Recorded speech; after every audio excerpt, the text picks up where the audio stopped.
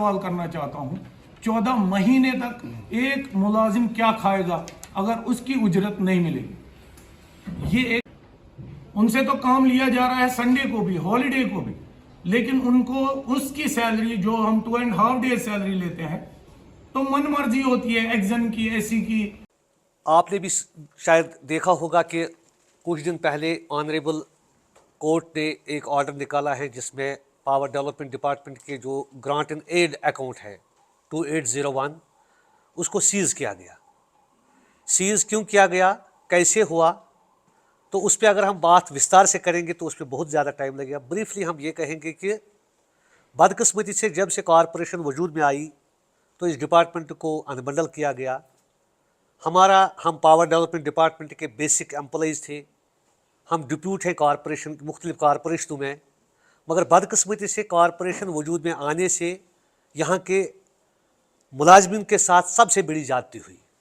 और जो सबसे बड़ी ज्यादती हुई वो ये है कि सरकारी मुलाजमिन होने के साथ साथ हमारा जो तनख्वाह रिलीज़ हो रहा है वो ग्रांट एंड एड में हो रहा है। हमने हमेशा ये कहा कि कोऑर्डिनेशन कमेटी का मौक़िफ़ रहा है कि इसको आप डीलिंग किया जाए ट्रेजरीज़ के साथ, और बाज़ाब्ता तौर इसका जो बजटरी सपोर्ट होना चाहिए जो एक सरकारी मुलाजिम के साथ होता है, उस चीज़ को पावर मैनेजमेंट आज तक नाकाम हुई। चाहे फाइनेंस का मसला हो, चाहे सेक्रेटरीट लेवल का मसला हो, तो कॉरपोरेशन वजूद आने के बाद तक भी आज तक हमारा जो सैलरी का मसला है ग्रांट एंड एड में आती है।